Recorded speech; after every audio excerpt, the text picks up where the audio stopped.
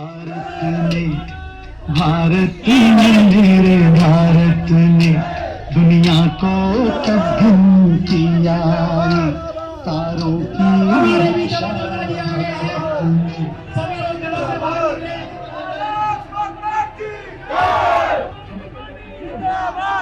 सिर्फ अवध ओझा जी के लिए पार्टी ज्वाइन करिए, सिर्फ अवध ओझा जी के। शिक्षा, समाज, जो मूलभूत जरूरी होती है, आवश्यकताएं होती हैं आदमी की, वो सारी अनुभव इनके पास है। लोग पूर्ण रूप से सारे बीजेपी वाले थे, लेकिन इस बार हम लोग सिर्फ पूर्वांचल के नाते इस बार जीत बना दी है कि नहीं, इस बार हम लोग पूर्वांचल के साथ में हैं और अच्छे काम करेंगे। टीचर आदमी है, नेता नहीं है, बस ये जानते हैं। 5 तारीख बटन नंबर 2 झाड़ू चुनाव चिन्ह। आप सब मुझे अपना आशीर्वाद दें। जय हिंद, जय भारत।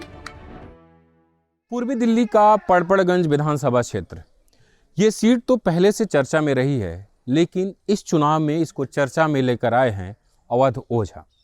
सोशल मीडिया से लोकप्रिय हुए अवध ओझा यूपीएससी के छात्रों को पढ़ाते हैं। इनकी चुनावी महत्वाकांक्षा तो पहले से रही है, जो बीजेपी और कांग्रेस से टिकट की चाह के साथ आम आदमी पार्टी पर आकर खत्म हुई, जब इन्हें पड़पड़गंज विधानसभा सीट से टिकट मिला। हम आपको अवध ओझा के चुनाव प्रचार में ले चलें, उससे पहले पड़पड़गंज विधानसभा के बारे में बता देते हैं। साल 2013 से यहाँ आपके वरिष्ठ नेता मनीष सिसोदिया विधायक हैं। इस बार उन्होंने यह सीट छोड़ दी है। दरअसल 2020 के विधानसभा चुनाव में बीजेपी के रवि नेगी से महज 4000 वोटों से वो जीत पाए थे। अगर 2025 चुनाव की बात करें तो इस बार बीजेपी ने रवि नेगी को ही उतारा है। वहीं आपकी तरफ से अवध ओझा है। कांग्रेस से अनिल चौधरी चुनावी मैदान में है। दिल्ली कांग्रेस के अध्यक्ष रहे चौधरी यहां से 2008 से 13 के बीच विधायक रह चुके हैं। इस सीट पर पूर्वांचली और पहाड़ी वोटरों की बहुलता है। रवि नेगी उत्तराखंड से ताल्लुक रखते हैं, वहीं अवध ओझा गोंडा से। अनिल चौधरी स्थानीय हैं। अवध ओझा को इस सीट से आम आदमी पार्टी का उतारने का मकसद पूर्वांचली वोटरों को एकजुट करना था, जो ग्राउंड पर होता हुआ नजर आ रहा है। जो पूर्वांचली वोटर कभी बीजेपी को वोट करते थे, इस बार अवध ओझा के लिए वो आम आदमी पार्टी के साथ आते नजर आ रहे हैं। क्या है चुनावी माहौल? हमारे अंकल बड़े, सिर्फ अवध ओझा जी के लिए पार्टी ज्वाइन करिए, सिर्फ अवध ओझा जी के लिए। ऐसा है? ये तो बिल्कुल है कि हम लोग पूर्ण रूप से सारे बीजेपी वाले थे, लेकिन इस बार हम लोग सिर्फ पूर्वांचल के नाते इस बार जीत बना दी है कि नहीं, इस बार हम लोग पूर्वांचल के साथ में हैं और अच्छे काम करेंगे। टीचर आदमी है, नेता नहीं है, बस ये जानते हैं। तो हम लोग जो जुड़े हैं सिर्फ नेता करके। तो आपने बीजेपी क्यों छोड़ी?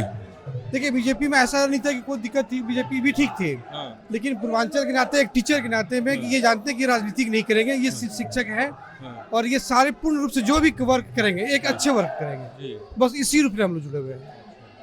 तो जो रवि नेगी हैं, पिछले बार काफी बढ़िया वोट से आगे थे, हालांकि आखिरी में हार गए। इस बार क्या होगा? आप लोग जोर लगा रहे हैं? देखिए, नेगी जी तो हम लोग भी बहुत सपोर्ट किए थे, लेकिन जिस सोच से सपोर्ट किए थे वो सपोर्ट में नहीं उतरे। वो माफिया के ग्रुप में घुस गए। उनको सिर्फ था कि पैसा कमाना है, पैसा खर्च किया तो पैसा कमाना है। लेकिन मुझे पता है कि ये एक टीचर आदमी है, ना उनको पैसे का लोभ है ना कोई माफिया का लोभ है। ये कहते हैं कि हम सब एजुकेशन देखेंगे, बच्चे को शिक्षित करेंगे, और हम लोग यही सोच के बिल्कुल उनके साथ पूर्ण रूप से जुड़ चुके हैं। आप कहाँ के रहने वाले? अभी पूर्वांचल से ही हैं? जी, मैं पूर्वांचल से हूँ और वर्तमान में मैं विनोद नगर में ही रहता हूँ। और मैं भी पहले बीजेपी में था, लेकिन जब से अवध ओझा सर आए हैं तो मैंने आम आदमी पार्टी में विशेष करके ओझा जी के लिए अपना मत प्रकट किया है और उनके साथ पूर्ण रूप से हूँ। तो इस बार चुनाव में क्या होगा? पिछले बार 2020 में तो कुछ गड़बड़ हो गया था, इस बार क्या होगा? इस बार ओझा जी जीतेंगे, क्योंकि एक कुशल राजनीतिज्ञ, वक्ता, विद्वान और बहुत सारे प्रतिभाओं के धनी, जिसकी हमारे यहाँ के वर्तमान प्रत्याशी ही क्या, बहुत सारे भारतीय जनता पार्टी के जो लोग हैं या विपक्ष के भी हैं, उतना अनुभव नहीं रखते होंगे। शिक्षा, समाज, सब इन जो मूलभूत जरूरी होती है, आवश्यकताएं होती हैं आदमी की, वो सारी अनुभव इनके पास है।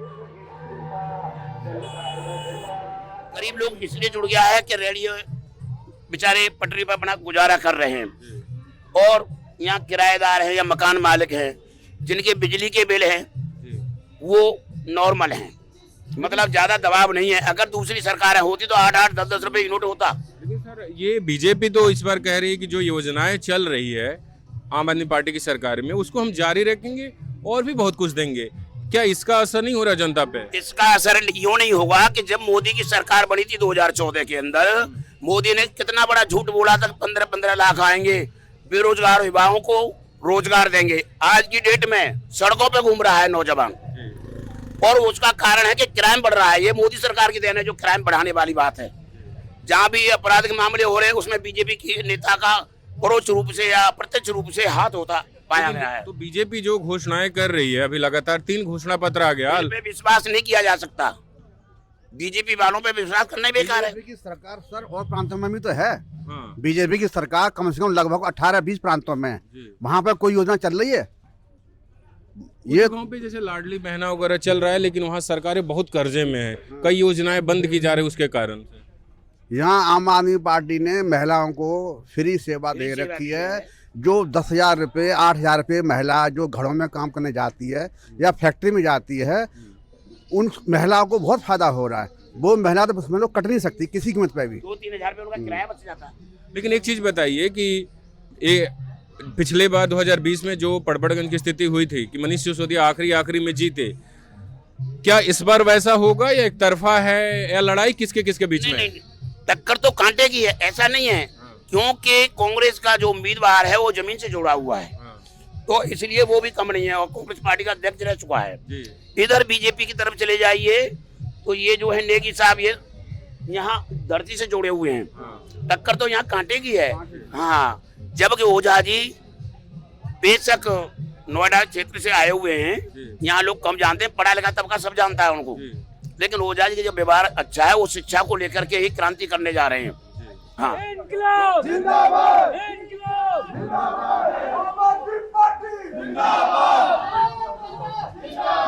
पहली चीज शिक्षा, दूसरी चीज स्वास्थ्य, तीसरी चीज बचत और चौथी चीज जो इस बार शामिल की गई है वो है बुजुर्गों का इलाज संजीवनी योजना के अंतर्गत। ये 4 चीजें आम आदमी पार्टी ऐसी दे रही है लोगों को जिससे कि उनका जीवन सीधे तौर पर प्रभावित हो रहा है और जीवन व्यवस्थित हो रहा है, सशक्त हो रहा है। और 5वीं चीज जो मैं व्यक्तिगत तौर पर आपको देने जा रहा हूं वो ये है कि चुनाव के ठीक 15 दिन बाद मैं एक संस्था की स्थापना करने जा रहा हूं जो आपके बच्चों को काउंसलिंग, गाइडेंस और कोचिंग फ्री में दी जाएगी। एक तरफ जहां विनोद नगर में लोगों ने अवध ओझा का स्वागत किया, उनकी बातों को सुना, वहीं मयूर विहार के IFS अपार्टमेंट के लोगों ने उनसे कई तीखे सवाल पूछे। We are not able to. My daughter is not able to cross the road. That is because of the local vendors, I think. No, because of the e-rickshaws. Things have not changed. Delhi has become a slum, and all that AAP does is play the blame game. ये हमें ये नहीं करने देते, वो हमें वो नहीं करने देते, वो हमें ये नहीं करने देते। आप करिए, आपको वोट मिलेगा, पर हम आपको 2,000 रुपए दे देंगे, आप हमें वोट दीजिए। I mean, and you take pride in saying that. This empowering of human resource should go on, and my contribution, apart from the policies of the government, will be to empower education, which should work on felicitating or promoting wisdom. Education without wisdom is useless.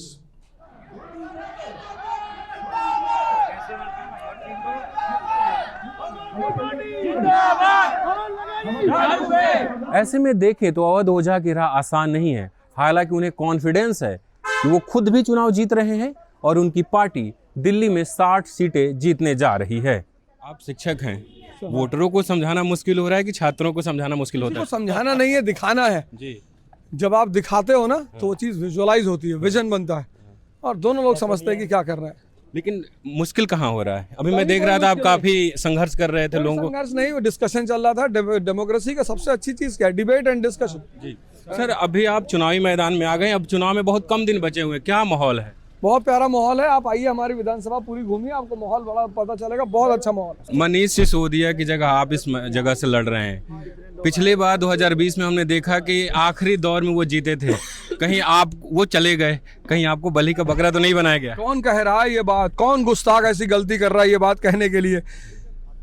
जीत जीत होती है खेल में और राजनीति में, जीत जीत होती है। कोई बलि का बकरा नहीं होता। मैं अपनी क्षमताओं को लेकर जी और अपने मुद्दों को लेकर जनता के बीच आया हूँ। ये जनता की निर्णय होगा कि वो किसको पसंद करती है, तो जनता का डिसीजन है, उसमें कोई ना तो बलि का बकरा बनता है ना कोई शिकार होता है, सब कुछ सही चल रहा है। 10 साल से आपकी पार्टी यहाँ सरकार में है, एंटी इनकम्बेंसी तो होगी ही। मैं सवाल सुन रहा था, आपसे सवाल पूछे जा रहे हैं, तो कैसे आप रिएक्ट कर रहे हैं, क्या समझा रहे ये हैं? मेरा काम है जवाब देना। अब स्कूल में क्लास में लड़के सवाल करेंगे तो टीचर का कार्य है, तुम मुझसे सवाल नहीं कर सकते, तो उनका हक है सवाल करना और मेरा ड्यूटी है जवाब देना। सर किस तरीके के सवाल पूछे जा रहे हैं? अभी मैंने देखा साफ सफाई को लोग पूछा है। यार मीटिंग है, बहुत अच्छे सवाल पूछे जा रहे हैं, अर्थव्यवस्था, स्कूल, शिक्षा, स्वास्थ्य, इसी के बारे में। अच्छा सर, ये करप्शन पे भी पूछा जा रहा होगा क्योंकि आम आदमी पार्टी आई थी। कुछ भी नहीं पूछा जा रहा है। Thank you. क्या होगा? कुछ नहीं, बहुत अच्छा 60+ सर 60+ सीटें मिलेंगी, सरकार बन रही है। तो ये थे अवध ओझा जिनका कहना है कि 60+ सीटें मिलेंगी। और हमने देखा जब ये यहाँ पे IFS अपार्टमेंट मयूर विहार में बात कर रहे थे लोगों से, तो काफ़ी तीखे सवाल पूछे जा रहे थे। वहीं जब ये विनोद नगर साइड में प्रचार कर रहे थे तो लोगों ने सवाल नहीं पूछे, पर हमने देखा कि यहाँ साफ सफाई को लेकर सवाल पूछा जा रहा है। अवध ओझा ने कहा कि हमारी पार्टी 60 सीटें लेकर आएगी, 5 तारीख को मतदान होंगे, 8 को नतीजे आएंगे। देखना है कि जनता एक बार फिर आम आदमी पार्टी पर भरोसा करती है या दिल्ली के नतीजे क्या होते हैं। बसंत कुमार, न्यूज़ लॉन्ड्री के लिए, दिल्ली से। पत्रकारिता का नासूर बन चुके विज्ञापन के मॉडल को खारिज करके खबरों की इस दुनिया को बदलिए ताकि पत्रकारिता आपके लिए जवाबदेह बने। newslaundry.com/subscription पर क्लिक कीजिए और अपने मन मुताबिक पेमेंट का विकल्प चुनिए, क्योंकि हमारे सब्सक्राइबर्स का नारा है, मेरे खर्च पर आजाद हैं खबरें।